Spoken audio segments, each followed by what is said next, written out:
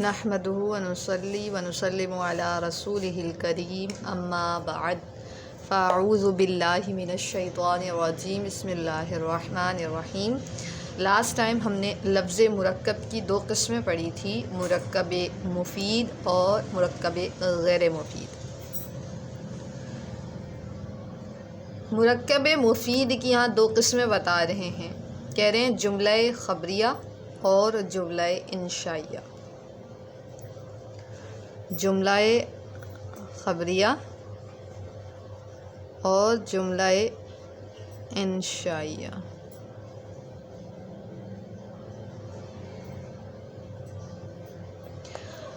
جملہ خبریہ وہ جملہ کہ جس کے کہنے والے کو سچا یا جھوٹا کہا جا سکتا۔ اس میں آپ یہ بھی کہہ سکتے ہیں کہ وہ جملہ جس کے کہنے والے کو اس کی بنا پر جھوٹا یا سچا کہا جا سکتا۔ مثال کے طور پہ زید قائم، زید کھڑا ہونے والا ہے، ٹھیک ہے۔ جملہ خبریہ میں یہ آپشن موجود، جبکہ جملہ انشائیہ میں یہ چیز موجود نہیں ہے کہ آپ یہ کہہ سکیں کہ کہنے والا کو آپ سچا یا جھوٹا کہہ سکیں۔ وجہ اس کی یہ ہوتی ہے کہ جملہ انشائیہ کی 12 قسمیں ہوتی ہیں اور یہ 12 قسمیں کا وجود پہلے ہوتا نہیں ہے، اس وقت وہ آرڈر دیا جا رہا ہوتا ہے، اس وقت وہ دعا کیا جا رہا ہوتا ہے، اس وقت وہ پکارا جا رہا ہوتا ہے، ابھی ہوا نہیں ہوتا بٹ ہونا ہوتا ہے اور اس کا مطالبہ کیا جا رہا ہوتا ہے۔ تو جس میں ایک کام ہوا ہی نہیں ہے تو اس کو آپ سچا یا جھوٹا کیسے کہہ سکتی ہیں؟ جبکہ جملہ خبریہ میں یہ احتمال موجود ہوتا ہے، یعنی وہاں پر آرڈر نہیں دیا جا رہا ہوتا، پہلی بات۔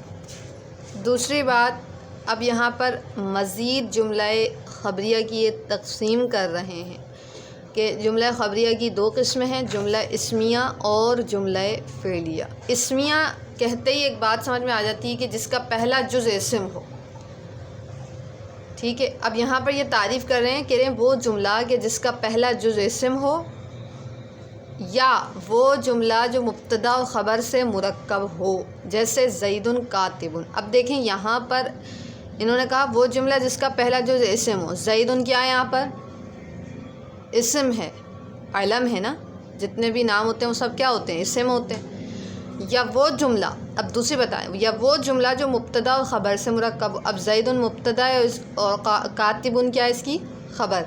تو اسی تعریف سے ہمیں یہ بھی پتہ چل گیا کہ جملہ خبریہ کے کتنے جز ہوتے ہیں؟ 2 جز ہوتے ہیں، ایک مبتدا اور دوسری خبر۔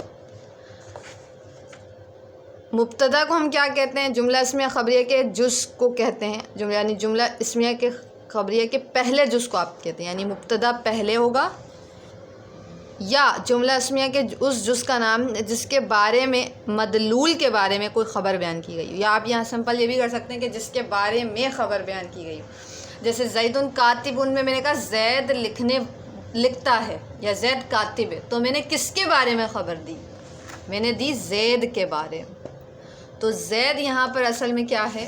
مبتدا، یعنی جس کے بارے میں خبر دی جا رہی ہے، اور کیا جو خبر دی جا رہی ہے۔ مثال کے طور پہ ابھی یہاں پر یہ تعریف کریں گے، جملہ اسمیہ خبریہ کے دوسرے جز کو کہتے ہیں، یا جو اس جز کا نام ہے جس کے ذریعے مبتدا کے بارے میں کوئی خبر بتائی گئی۔ مبتدا اس کو کہتے ہیں کہ جس کے بارے میں کوئی خبر ہو، اور مبتدا کے بارے میں جو خبر دی جا رہی ہے اس کو ہم کیا کہتے ہیں؟ خبر کہتے ہیں۔ آج ہم یہیں تک رکھتے ہیں۔ اگر آپ لوگوں کو اس حوالے سے یہاں تک کوئی بات سمجھ نہ آئی ہو، آپ لوگ کمنٹس میں یا ویسے ہی پوچھ سکتے ہیں۔ السلام علیکم ورحمۃ اللہ۔